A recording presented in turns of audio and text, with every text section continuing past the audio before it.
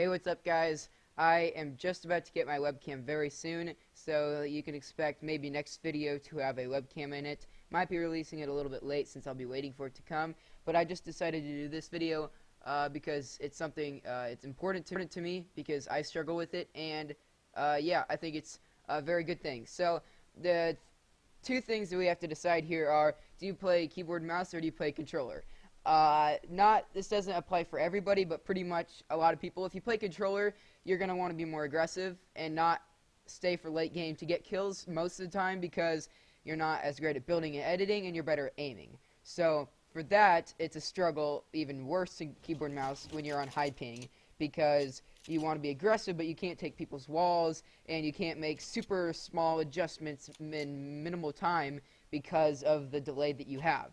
Now, in keyboard and mouse, it's still important, especially because you're going to be building and editing, which is definitely dependent on ping, but you can at least stay till endgame and build and edit faster than you can on controller, even if controller has 0 ping and you have like 60 or 70. So what I'm going to be talking about is kind of that sweet spot, not really sweet spot, but like, you know what I mean, where most people have it, where they consider it high ping to 50, 60, 70, 80, right around that area.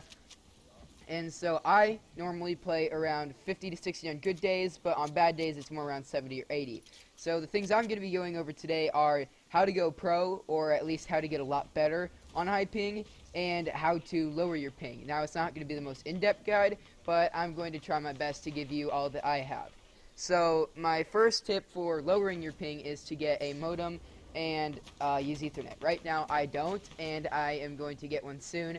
And what you do is you plug an Ethernet cord from your modem into your router, and then one from your router into your computer. You can't do it with just your router into your computer, and that's what I've been struggling with because I didn't know why.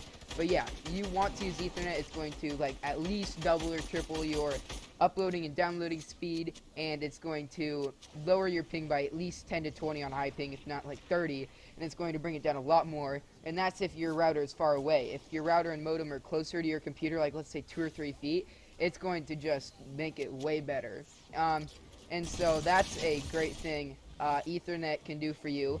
And other things are kind of just, it's not necessarily ping, but your timer resolution. There's an app called Timer Resolution, set timer resolution to be exact, and then once you get it, you download it. It's not hard. You just allow it to have access to settings or whatever. It's not like that bad. It doesn't have access to all of them, but what you do is you click maximum on the bottom left when it pops up, and it lowers it by like double. So it speeds up the process of how fast your end game changes. So it's like cuts it in half.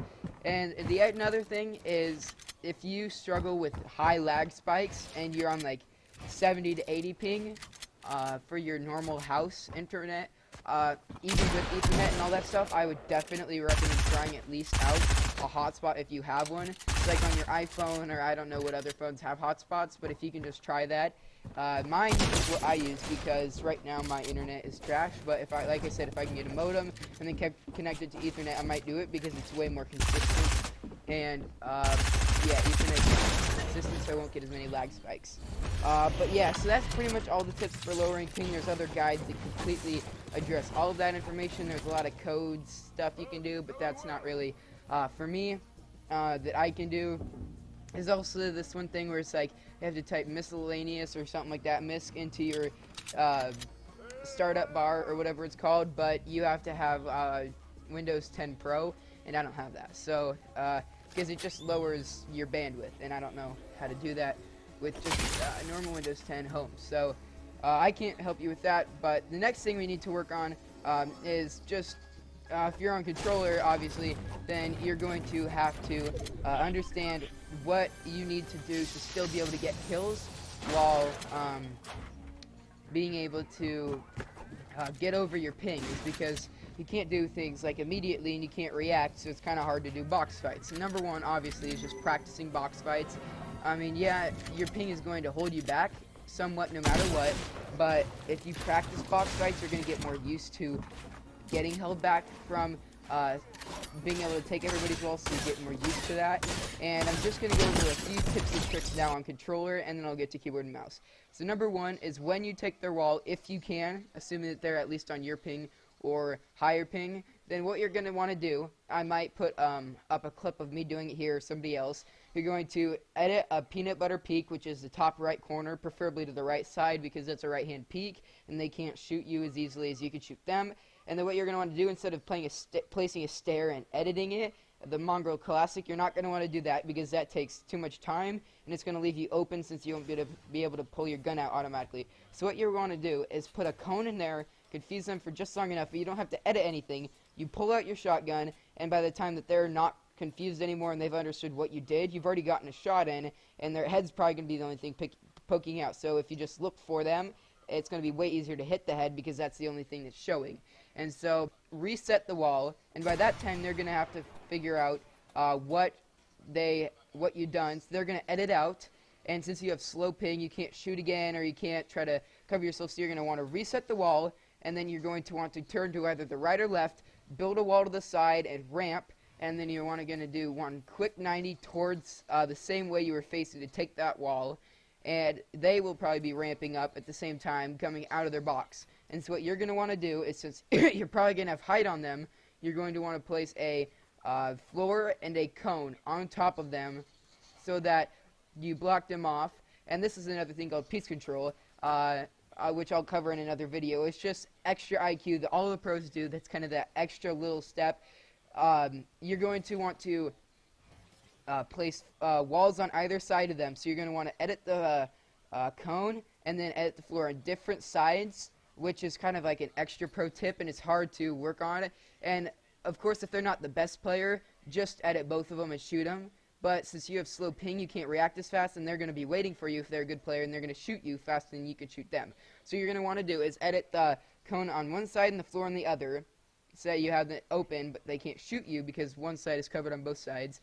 So you're going to place a wall to the sides, and then behind them, so that they can't get out. So you're boxing them, and then they should still have the ramp. So it's not like you could flip that. So you're going to reset both a floor and a cone. You're going to want to go to the other side, and instead of dropping down and taking the wall like they would think you would, you're going to actually edit the cone and floor on opposite side from where you were, and then drop down and shoot them.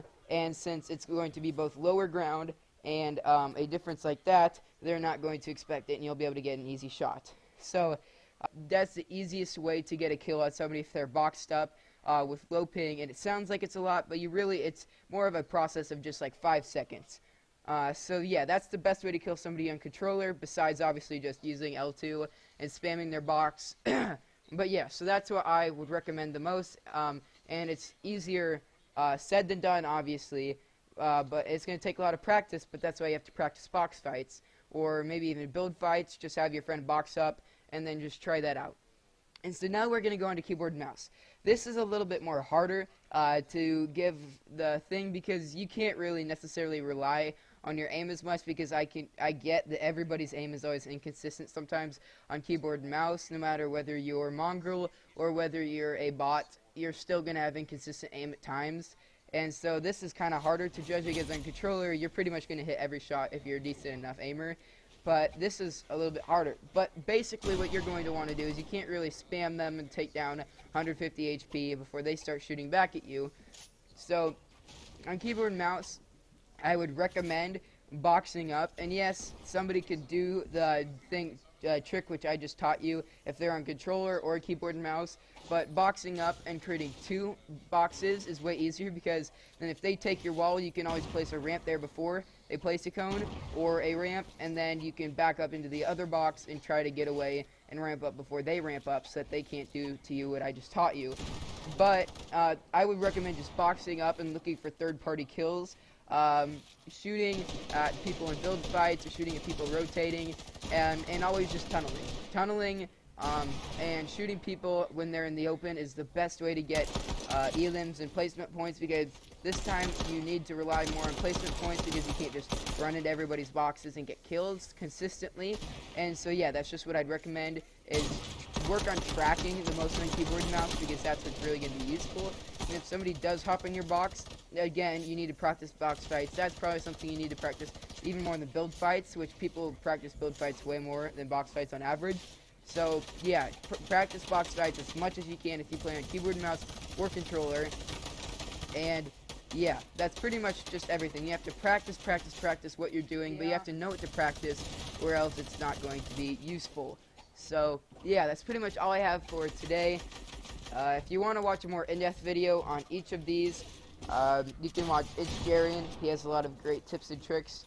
But, yeah, that's just what I have decided for myself when I play High King. And it's most useful. It's got me into Division 7 in Arena. And I hope that I can see you guys soon with my webcam. So that's it for me. I'll see you guys in the next one. Peace.